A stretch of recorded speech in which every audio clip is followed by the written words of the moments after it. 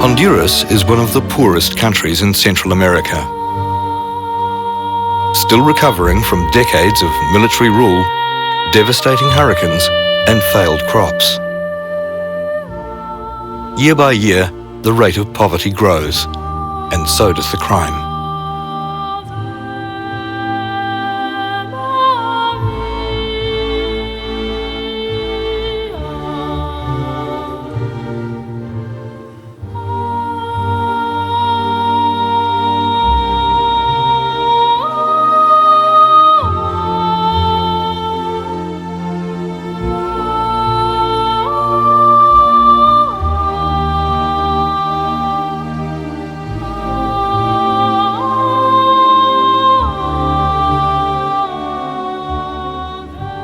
In my region, there are many things going on right now, and most of them are led by the hunger of having better prisons and better prison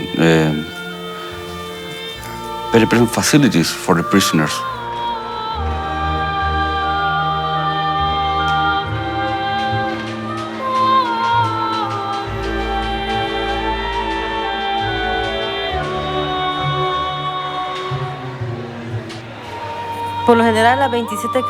The situation of the 27 prisons in this country is especially sad and depressing. Very small prisons, overcrowding, very bad food. The prisons that have been built for 150 people, they force in 400. Rooms that are only 4 square meters can have more than 6 people living in them. It really is depressing. The government of Honduras gives less than US 30 cents per person per day for food, and that's impossible to be achieved. So from that need, Prison Fellowship Honduras developed a program of hydroponics and also some traditional farming, little farming in very little spaces, and they began this in the women's prison. This has been a very successful program. Even this program has been key to lead more volunteers into Prison Fellowship Honduras. Because of this program, Prison Fellowship Honduras has grown and has grown into also getting professionals, engineers to get into this.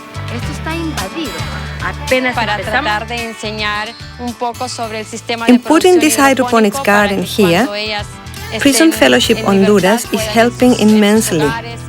It is not only a good way to teach people a new trade, it also makes their life here a lot more bearable. They get to learn something for their future when they get released. And it's a trade that means they can provide themselves with better food.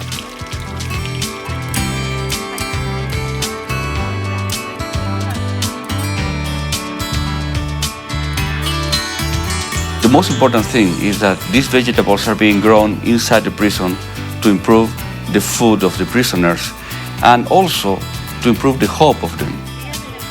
People here are learning valuable skills, learning to work with each other and with the volunteers from the community. This is also a great opportunity for prisoners to gain self-esteem.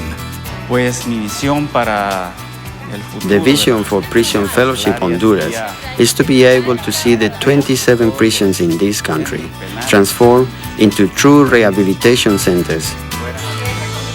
Achieving that is my biggest dream, and that's what we're working towards. We are very grateful and very fulfilled by the fact that we can go into prisons and bring the love of Jesus Christ there and tell them that God loves them. And I am a very happy person because I can go to prison and do this kind of job.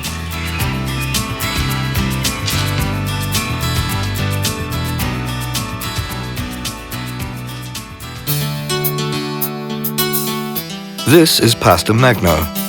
He's been leading a church inside the walls of San Pedro Sula prison for over 6 years. He himself is a prisoner. There are basically 2 schools here in the prison.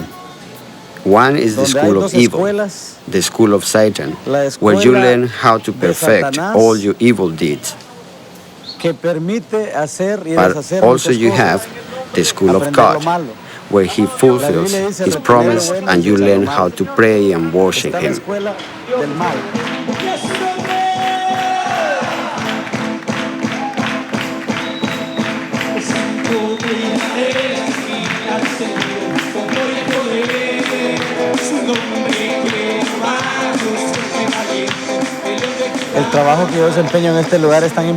God called me to do this job here 6.5 years ago when I just came in.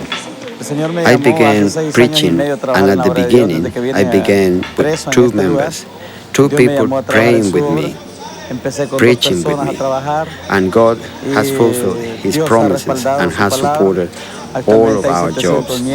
And today, we have a congregation, a church of up to 700 members inside the prison.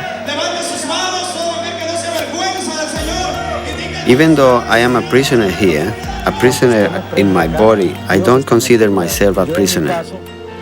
I consider myself a free man because the word of the Lord is in me.